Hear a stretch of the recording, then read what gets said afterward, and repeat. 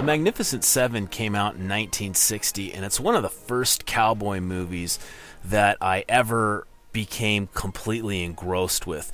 Really one of the first older films that really just, I was obsessed with The Magnificent Seven as a young kid. I just watched it over and over again.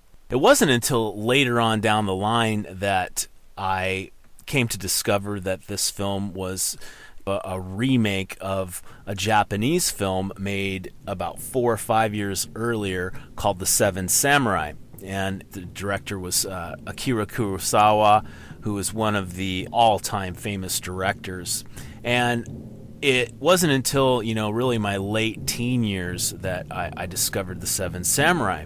And so many people, probably like me in America, grew up and experienced the Magnificent Seven before we got a chance to see Seven Samurai. And Seven Samurai is lauded as one of the all-time great films. And it is a great film. I just saw it for the second time a couple of weeks ago, and it'd been a long time.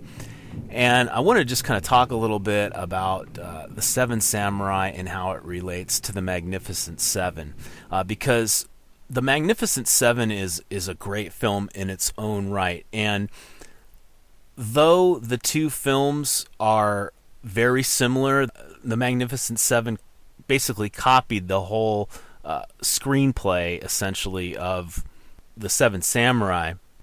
And the two stories are very identical in the concept and in the plot and kind of what happens. Both are defending villagers from bandits and marauders. So the stories are nearly identical. The characters in each film are very well developed, and both films take the time. And I'm so glad that the Magnificent Seven chose to explore the character development like Akira Kurosawa did with Seven Samurai. Seven Samurai, the characters are very unique and detailed, and they certainly captured that in the Magnificent Seven.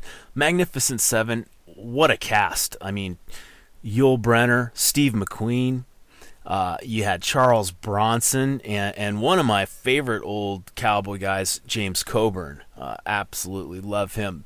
So the Magnificent Seven also took the time to invest in its characters and to create, this sense of wonder, and kind of like the kids in the film, were drawn to each particular gunfighter or samurai. I kind of experienced the same thing as a kid.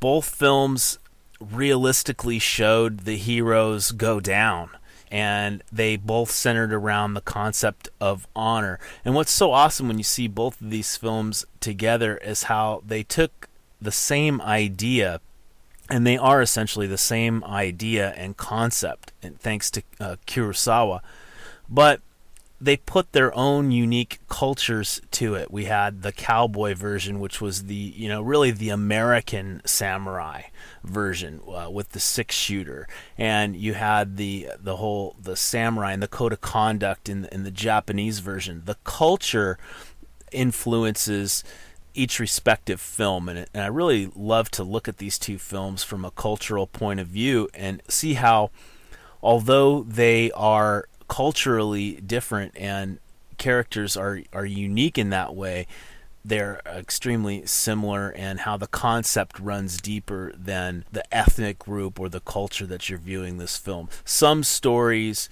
are universal and they will stick with us forever, and these are both great films.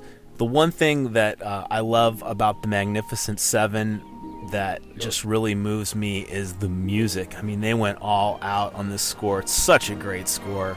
Seven Samurai it's a very fitting and cool background that they have in Seven Samurai, but it's just not as dramatic. I mean, they went over the top with that Magnificent Seven score, and I do love it. And looking at the music from each respective culture tells you something as well. I mean, look at America at that time in the 60s was the most powerful nation on earth. And the music was over the top. Everything in America was going big. Compare that to the mood of Japan at that time and the mood of Seven Samurai and the dark, prodding, ominous music that was used, much more humble. So kind of an interesting cultural perspective on the music choices that really were signs of the time, represented where each culture stood on the world's platform. So anyway, there's a few thoughts on the Seven Samurai and Magnificent Seven. Take care, everybody.